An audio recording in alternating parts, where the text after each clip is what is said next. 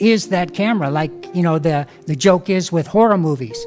The cameraman never dies, right? Everybody dies in horror movies, but the cameraman. And that's where we have to live.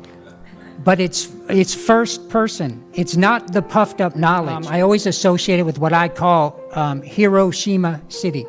Now, if you're familiar with the atom bomb they dropped on Nagasaki and Hiroshima. So if you're standing in Hiroshima and that bomb goes off, what are you going to see? Complete destruction in absolutely every direction you look.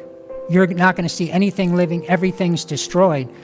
Right, so in that scenario, like say you put a camera there, 360-degree camera, and you went all the way around, everything's completely destroyed, right? So what's the only thing surviving? What's the only thing living? If you put the camera there and you're looking, every direction, the bomb goes off, everything's completely destroyed. What's the only thing that is living and thriving? The camera, right? That's the born again human spirit. I call it first person spirit. You're known of God in real time. It's not the puffed up knowledge, because that puts you out in the city and everything's destroyed. You're going to be living in the first part, the troubled, the perplexed, the persecuted, the cast down. You're always going to be destroyed in every direction you look.